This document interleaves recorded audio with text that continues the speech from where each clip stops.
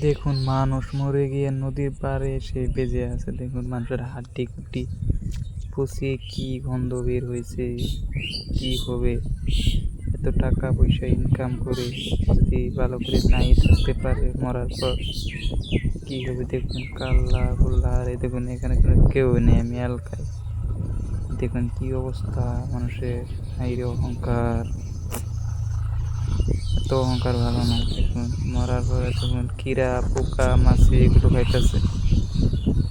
কি অবস্থা, সবাই ভিডিওটা শেয়ার করবেন। দেখুন কি একটা অবস্থা, হাড্ডি এখানো কাল্লা এখানো হাড্ডি গুটি, কত ঝামেলা মানুষ।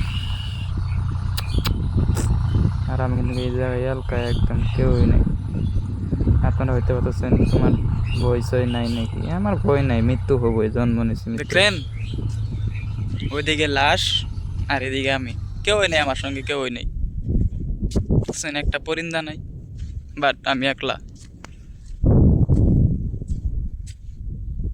কি নিয়ে এত অহংকার করেন? কি নিয়ে এত অহংকার করেন? কি নিয়ে এইভাবে লাশ হয়ে পড়ে থাকলে কি হবে মানুষের? দেখুন নদীর পাড়ে পড়ে আছে, নাই তার ঠিকানা না। মানে মানে এক কথায় মানে কবার গেলে মানে দুনিয়াত আগে কি করছিল, মানে ধরে নেন দুনিয়ার জিনে থাকতে কি করছিল, বা বালা জাগাত আছিল কি খাট পালঙ্গ আছিল, আরে হেন্দুন কই শুয়ে আছে দেখলেন তো, মানে ওই জড়াই শুয়ে আছে। বাট আমি এসে পড়লাম গন্ধু করে, গন্ধু গন্ধু গন্ধু। শুনতেও যাবে না মানুষ ওটা, মানে দেখতেও যাবে না ওটা, যেটা আমি যে ভিডিওতে করলাম এটাই বেশি সাপোর্ট করবেন। আর আপনারা হয়তো ভাবতেছেন যে আপনি ভয় পান না। না ভাই, আমি ভয়ের কোনো ডরাই না, ভয়ের কোনো কিছুই নাই। আমি এলকা করলাম না, এই জায়গায় কেউ না, একলা আমি একাডে গনলি,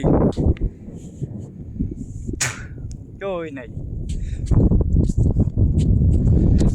আমাদের বাড়ি এখান থেকে প্রায় 2 কিলোমিটার দূর আমাদের বাড়ি। ই বস্তিগুলো দেখতে পাচ্ছেন না, ওইগুলো আমার বাড়ি।